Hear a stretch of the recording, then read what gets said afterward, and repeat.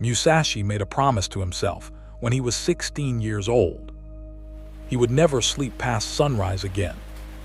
Not sometimes, not most days. Every single day for the rest of his life, he would be awake before the sun. He kept that promise for 45 years. No one was watching. No one was keeping score. There was no reward waiting at the end of the week. Just a man, alone, honoring a word he had given to himself in the dark. Most people would call that discipline. Musashi called it something else. He called it the beginning of self-command.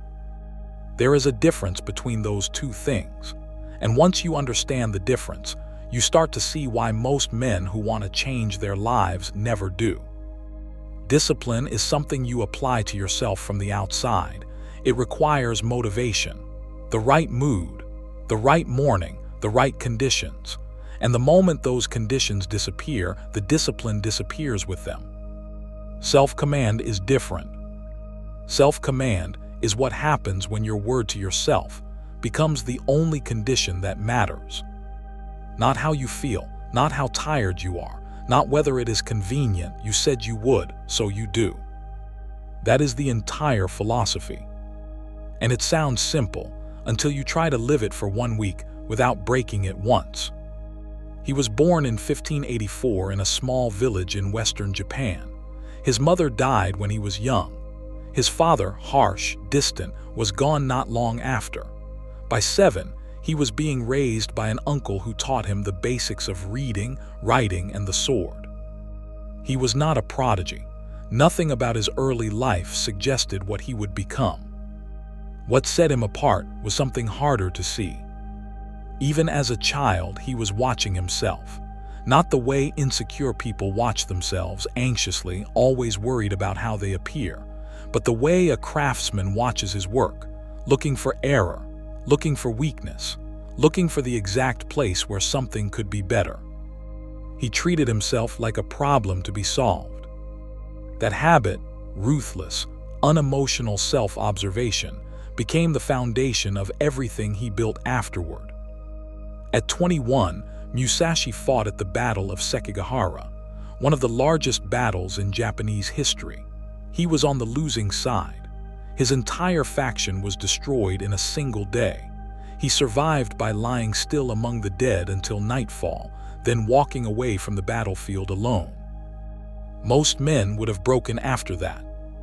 The shame of losing, the guilt of surviving, the chaos of having your entire world collapse in a single afternoon. Musashi walked back into the wilderness and kept training. Not because he felt nothing, but because he had already decided that what he felt would not determine what he did. That decision made quietly, without ceremony alone, is the thing most men never make. They wait to feel motivated before they start. They wait to feel confident before they speak. They wait to feel ready before they commit, and the feeling never arrives on command. So they wait longer, and the waiting becomes the life. Musashi did not wait. He had a rule, and the rule was simple. Do what you said you would do. Do it now. Do it without negotiation. Musashi understood something that most people spend their entire lives running from. Every time you negotiate with your own weakness, the weakness wins a little more ground. Every time you tell yourself just this once, you are not making an exception. You are making a decision about who you are. The man who repeatedly folds under pressure is training himself to fold. The man who repeatedly holds trains himself to hold. Musashi never folded. Not because he was inhuman, not because he felt no discomfort, but because he had decided at 16, alone with no audience, that his word to himself was law. And a law is not a suggestion. In his later years, Musashi had become famous. Lords and officials wanted to train under him, to be associated with him, to claim some connection to the greatest swordsman in Japan. He refused almost all of them. Not out of arrogance, out of clarity. He had seen what happened when a man's identity became attached to the opinion of others. The subtle shift, the small compromises that begin to accumulate, the way a man starts performing instead of being. Musashi was not interested in being impressive. He was interested in being exact. There is an account of him arriving at a dojo where a celebrated instructor had gathered hundreds of students. The instructor had built his reputation over decades. His students worshipped him. Musashi watched for a few minutes. Then he walked in, picked up a wooden sword, and asked to spar. The instructor agreed. He lasted less than 30 seconds. Musashi walked out without saying a word, not to humiliate, not to perform, simply because someone had asked him a question, "Can you fight?" and he had answered it. That was his entire relationship with his own ability. No inflation, no performance, no need for it to be more dramatic than it was. When you have spent decades building something real, you do not need to announce it. It speaks when it needs to. It stays quiet when it does not. Musashi had one internal metric: 1. Am I better than I was yesterday? Not better than anyone else. Not more impressive. Not more recognized. Just better than the version of himself that existed the day before. And he applied that metric every single day without exception, in conditions ranging from peaceful to desperate, from honored to completely alone. That consistency, unglamorous, unwitnessed, relentless, is what 60 duels without a single defeat actually looks like from the inside.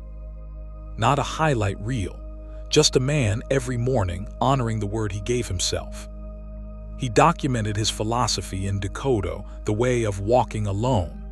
21 principles written in the final week of his life. Short lines, no explanation, just commands he had given himself and kept. Do not seek pleasure for its own sake. Do not act following customary beliefs. Do not rely on partial feelings. Accept everything just the way it is. They are not inspirational. They are not warm. They do not comfort you or tell you everything will be fine. They are instructions for a man who has decided to be governed by something higher than his mood.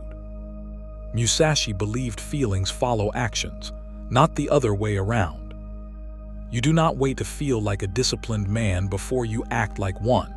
You act like one consistently, without exception, regardless of how you feel, and slowly the feeling catches up. The confidence comes after the action, not before it. This removes every excuse. You cannot say you will start when you feel ready. Readiness is built by starting. You cannot say you will commit when conditions are better. Conditions are shaped by your consistency. Musashi spent the final years of his life in a cave called Reigando.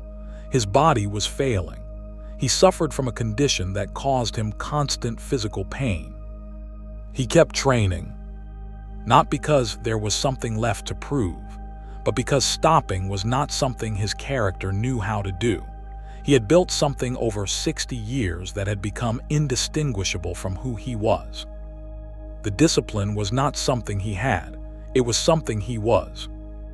That is the destination Musashi was pointing toward his entire life. Not a man who forces himself to do hard things. A man who has done hard things so consistently and for so long that the hardness is no longer something he experiences as external. It is just his nature. Musashi died in that cave in 1645. He left behind 2 texts, several paintings, and a philosophy that has survived nearly 4 centuries. But the most important thing he left behind was not written down. It was the proof, carved out through 60 years of unwitnessed, unglamorous, relentless practice, that a man can become exactly what he decides to become. Not through talent, not through luck, not through the right circumstances arriving at the right time. Through the daily, private, unchosen decision to be governed by something higher than how he feels. Most people negotiate with weakness every single day.